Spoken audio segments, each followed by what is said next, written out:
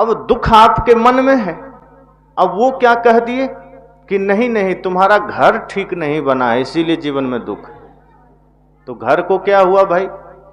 तो रसोई घर गलत दिशा में बन गया, इसीलिए दुख है। तो अब क्या किया जाए? रसोई तोड़ दो।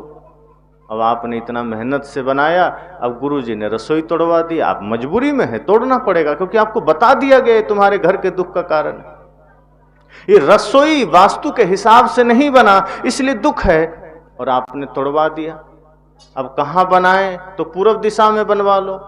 बन गया। अब भी दुख नहीं गया। भाई से झगड़ा है, पत्नी से झगड़ा है, माता पिता से नहीं बन रहा, बच्चों से नहीं बन रहा।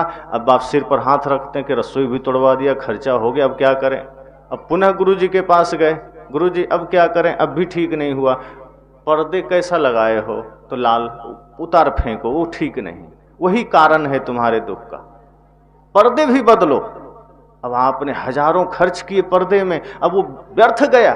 गुरुजी ने कह दिया ये पर्दे किसी काम के नहीं, हटा दो। आप हटा दिए, तो कौन सा कलर का लाएं? पीला ले आओ। अब आपने लगा दिया, अब भी दुख नहीं गया। अब आप परेशान, भाई रसोई तोड़ा, पर्दे बदला, अब क्या करें? गुरुजी पूछ रहे हैं टाइल्स कहाँ, कैसा लगाया? तो साधारण, थोड़ा महंगे लगा लो। अब टाइल्स उखड़वा दिया, अब भी दुख नहीं मिटा। अब शौचालय किधर बना है? तो रसोई के बगल ही है, एकदम गलत दिशा में, तोड़ो, पीछे बनाओ। धीरे धीरे धीरे धीरे आपका पूरा घर तोड़वा दिया, दुख मिटा ही नहीं। अब आदमी सिर पर हाथ धरे बैठा है कि अब क्या करें, घर टूट गया, दुख नहीं मिटा।